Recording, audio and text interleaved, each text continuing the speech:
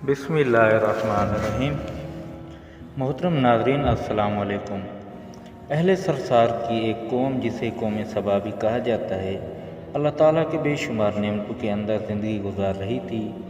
یہ قوم ایک عظیم تہذیب و تمدن کی مالک تھی۔ حضرت داؤد علیہ السلام اور حضرت سلیمان علیہ السلام کی باضابط حکومتوں کے بعد ان کی حکومت زبان زد خاص و عام تھی۔ کہا جاتا ہے یہ لوگ گندم کے مغز سے آٹا پیس کر روٹیاں پکاتے تھے، لیکن اس قدر اسراف کرنے والے اور ناشکرے تھے کہ انہیں روٹیوں کے ساتھ بچوں کی گندگی صاف کرتے تھے۔ ان آلودہ روٹیوں کو اکٹھا کرنے سے ایک پہاڑ بن گیا تھا۔ ایک صالح شخص نے وہاں سے گزرتے ہوئے ایک عورت کو دیکھا جو روٹی کے ساتھ بچے کی گندگی صاف کر رہی تھی۔ اس شخص نے عورت سے کہا، تیرے اوپر افسوس، خدا سے ڈر، کہیں ایسا نہ ہو کہ خدا تیرے اوپر اپنا غضب ڈھائے اور تجھ سے اپنی نعمت چھین لے۔ اس عورت نے جواب میں مذاق اڑایا اور مغرورانہ انداز میں کہا کہ جاؤ جاؤ، گویا کہ مجھے بھوک سے ڈرا رہے ہو۔ جب تک سرسار جاری ہے مجھے بھوک سے کسی قسم کا کوئی خوف نہیں۔ کوئی زیادہ عرصہ نہیں گزرا تھا کہ اللہ تعالیٰ نے حواس بازوں اور اسراف کاروں پر اپنا غضب ڈھایا۔ پانی جو کہ زندگی کی بنیاد ہے ان لوگوں سے چھین لیا گیا۔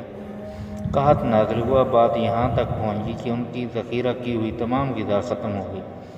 آخر کار وہ مجبور ہو گئے انہیں آلودہ روٹیوں پر ٹوٹ پڑے جو ان لوگوں نے اکٹھی کر کے پہاڑ کی مانند ڈھیر لگایا ہوا تھا، بلکہ وہاں سے روٹی لینے کے لیے صف لگتی تاکہ ہر کوئی وہاں سے اپنے حصے کی روٹی لے سکے۔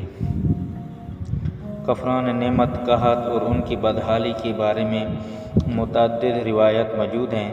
سورۃ نحل کی ایک آیات نمبر 112 اور 113 میں یوں ارشاد ہوتا ہے، اللہ نے اس قریے کی بھی مثال بیان کی ہے جو محفوظ اور مطمئن تھا، اس کا رزق ہر طرف سے باقاعدہ آ رہا تھا، لیکن اس قریے کے رہنے والوں نے اللہ کی نعمتوں کا انکار کیا تو خدا نے انہیں بھوک اور پیاس کا مزہ چکھایا، صرف ان کے اعمال کی بنا پر جو کہ وہ انجام دے رہے تھے، اور یقیناً ان کے پاس رسول آیا تو انہوں نے اس کی تقویت کر دی، تو پھر ان تک عذاب آ پہنچا کہ یہ سب ظلم کرنے والے تھے۔ اس قوم سبا کے بارے میں ایک اور واقعہ بیان ہوتا ہے کہ ان لوگوں نے اپنی زراعت کو بہتر طور پر کاشت کرنے کے لیے پانی ذخیرہ کرنے کی خاطر بلک کے دو پہاڑوں کے درمیان ایک بہت بڑا بند معارب تعمیر کیا ہوا تھا۔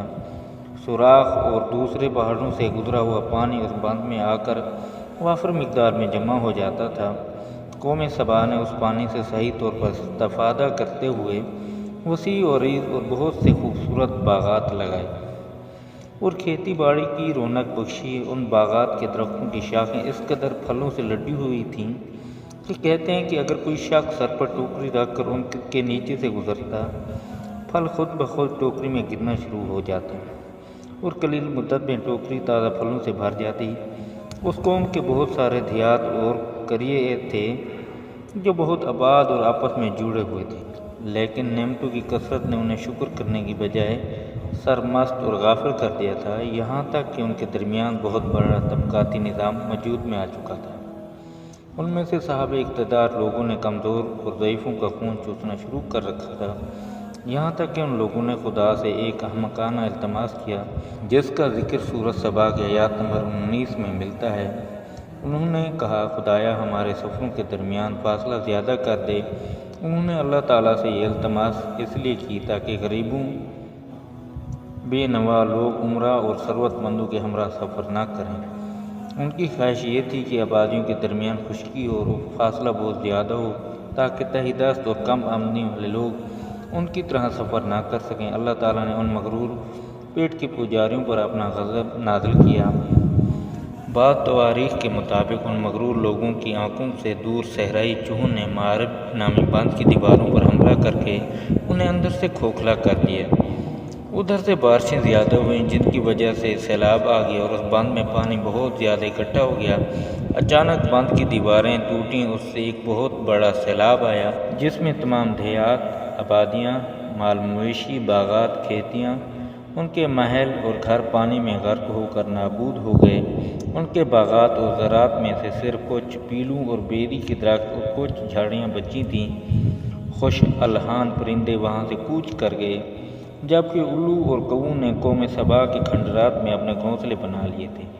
اس بات کا ذکر سورۃ سبا کی آیات نمبر 15 اور 16 میں ملتا ہے، اور آخر میں سورۃ سبا کی آیات نمبر 17 میں قرآن کریم میں اس واقعے کا یوں نتیجہ نکالا، یہ ہم نے ان کی ناشکری کی سزا دی اور ہم ناشکروں کے علاوہ کسی کو سزا نہیں دیتے۔